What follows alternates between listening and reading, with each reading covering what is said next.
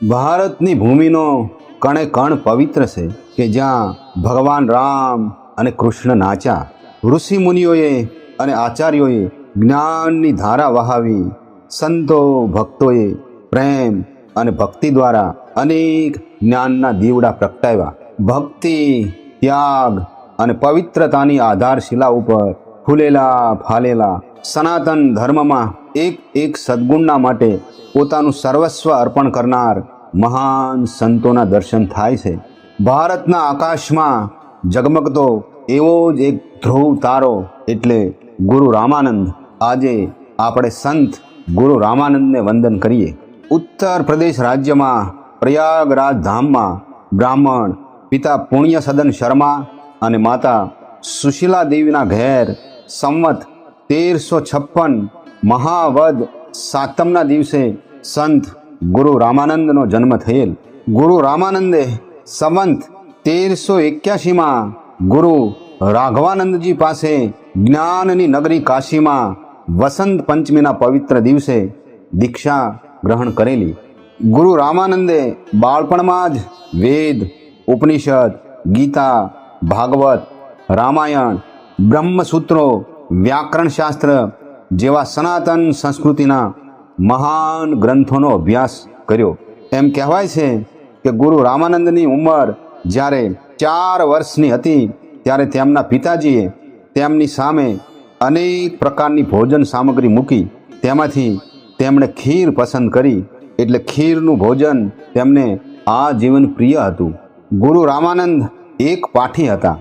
કોઈ પણ શ્લોક અથવા પાઠ એક વખત વાંચે અથવા સાંભળે એટલે તેમને એ કંઠસ્થ થઈ જતું. બાળપણમાં ગુરુ રામાનંદને શંખ વગાડવાનો જબરો શોખ હતો. મંદિરમાં સવાર સાંજની આરતી સમયે જ્યારે તે શંખ વગાડતા ત્યારે શંખનો નાદ સાંભળવા લોકો એકઠા થઈ જતા. કેવળ 12 વર્ષની ઉંમરમાં જ તમામ શાસ્ત્રોનો અભ્યાસ પૂર્ણ કરી લીધો. કાશી વારાણસીના પંચગંગા ઘાટ પર એક ઝૂંપડી બાંધી આશ્રમ સ્થાપ્યો. એમ કહેવાય છે કે ગુરુ રામાનંદ દિવસમાં 4 વખત શંખનો ધ્વનિ કરતા. અનેક લોકો એમના શંખ ધ્વનિનો નાદ સાંભળવા આવતા. લોકોનો પ્રવાહ વધી જતા ધ્યાન, ભજન અને સત્સંગમાં અગવડતા પડતી.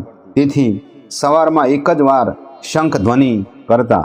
ગુરુ રામાનંદ પાસે બધા જ ધર્મ અને સંપ્રદાયના જિજ્ઞાસુ ભક્તો આવતા.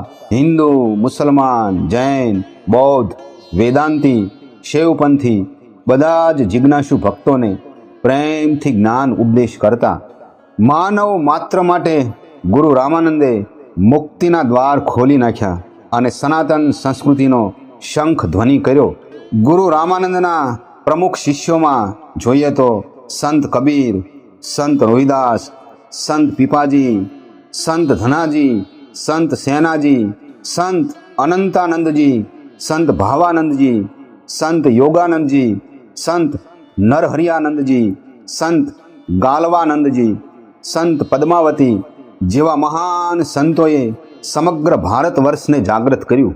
જેમાં સંત રોહિદાસ, સંત તેજાનંદ, સંત ધનાજી, સંત સેનાજી, સંત કબીર જેવા સંતોને દીક્ષા આપી જાગૃત કર્યા. પોતાના સંઘમાં સ્થાન આપી અને સામેલ કર્યા. તેથી કાશીના પંડિતોએ સંત ગુરુ રામાનંદનો બહિષ્કાર કર્યો. ગુરુ રામાનંદે શિષ્યોને તૈયાર કરી પૂરા ભારતમાં સનાતન સંસ્કૃતિના વિચારો લઈ જવા આદેશ આપ્યો. ગુરુ રામાનંદ પણ શિષ્ય મંડળી સાથે સમગ્ર ભારતની તીર્થયાત્રામાં સામેલ થયા. શ્રીરંગમ, દ્વારકા, મથુરા, વૃંદાવન, માયાપુરી, ચિત્રકૂટ, પ્રયાગ, ગિરનાર જેવા અનેક તીર્થક્ષેત્રોમાં વેદાંત ઉપર પ્રવચનો આપ્યા. સમગ્ર ભારતમાં સનાતન ધર્મમાં ભક્તિ અને અધ્યાત્મની ક્રાંતિ ઊભી કરી અને ભારત વર્ષમાં અનેક ચેતનાઓ જાગૃત થઈ. સંત કબીર, સંત રૈદાસ, સંત પીપાજી જેવા મહાન સંતોએ અનેક ચેતના જાગૃત કરી. જેમાં ધની ધરમદાસ, સંત મીરાબાઈ તેમની હયાતીમાં જ અંદાજે 500 જાગૃત શિષ્યોનો સંઘ ઊભો કર્યો. જેમના સ્પર્શથી અથવા વાણીથી અનેક જ્ઞાનના દીવડા ઝગમગવા લાગ્યા. ગુરુ રામાનંદે સ્ત્રીઓને પણ કોઈ પણ જાતના ભેદ વિના દીક્ષા આપી. ભગવાન કૃષ્ણની જેમ જ સ્ત્રીઓ, વૈશ્યો અને શૂદ્રો માટે મુક્તિના દ્વાર ખોલી નાખ્યા. ભગવાન વેદવ્યાસના બ્રહ્મસૂત્રો, વેદાંત અને ઉપનિષદના સિદ્ધાંતો અને સૂત્રો ઉપર ટીકાઓ લખી અને લોક ભાષામાં જિજ્ઞાસુઓને પીરસતા હતા. ગુરુ રામાનંદ મહાન ક્રાંતિકારી સંત હતા.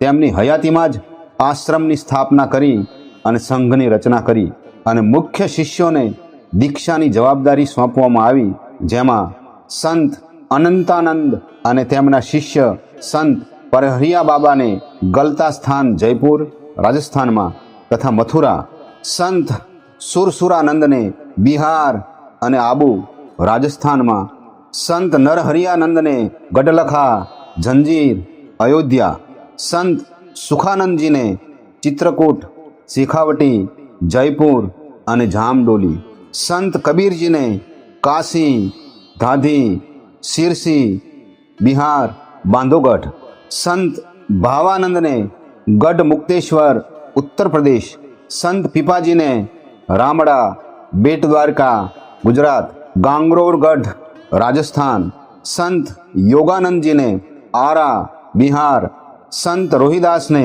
ચિત્તોડગઢ, રાજસ્થાન, ગિરનાર, ગુજરાત. આવી રીતે સમગ્ર ભારતમાં ભક્તિ અને સનાતન ધર્મનો શંખ ફૂંક્યો. સનાતન ધર્મનું પુનઃસ્થાપન કરી શિષ્યોને સંબોધતા એક વખત કહ્યું કે તમોને તમામ શાસ્ત્રોનો સાર તથા સાચા સંતોની વાણીનો મર્મ અને અર્થ મેં દર્શાવી દીધો છે. તમે સૌ મારા આધારે રહેતા નહીં. કાલે રામનવમીના દિવસે અયોધ્યામાં હું દેહ ત્યાગ કરવા માટે જવાનો છું. આનંદપૂર્ણ લાંબુ 176 વર્ષનું જીવન જીવીને પૂરા સંતોષ સાથે સ્વધામ જવાનો છું. મારી પાછળ કોઈ અયોધ્યા આવવાનું નથી. હું એકલો જ અયોધ્યા જવાનો છું. કાશીથી મારા ગયા પછી સતત ભજન, કીર્તન, સત્સંગ કરજો અને ઉત્સવ મનાવજો. હું હવે ફરીથી કાશી આવીશ નહીં. તમારામાં મને પૂર્ણ શ્રદ્ધા છે. આ ભક્તિની પ્રેમ ગંગાને પ્યાસી જીવો સુધી પહોંચતી કરજો. મારાથી કોઈ ભૂલ થઈ હોય, કોઈને કડવું વેણ કહેવાયું હોય તો મને ક્ષમા કરજો. તમે ભગવત કાર્યમાં સૌ સૌભાગી થયા તે બદલ સર્વોને પ્રણામ કરું છું અને અભિનંદન આપું છું. મારી પાછળ કોઈ વિલાપ ના કરશો. તમે જ્યાં મને પૂરા ભાવથી યાદ કરશો ત્યાં હું સદાને માટે હાજર થઈ તમને જવાબ આપીશ. બધા શિષ્યોની આંખોમાં અશ્રુધારા વહેતી થઈ. કાશીથી ગુરુ રામાનંદે વિદાય લીધી. સનાતન સંસ્કૃતિનો સૂર્ય, યુગ પુરુષ ગુરુ રામાનંદે અયોધ્યામાં સરયુ નદીના કિનારે મહાપ્રયાણ કર્યું.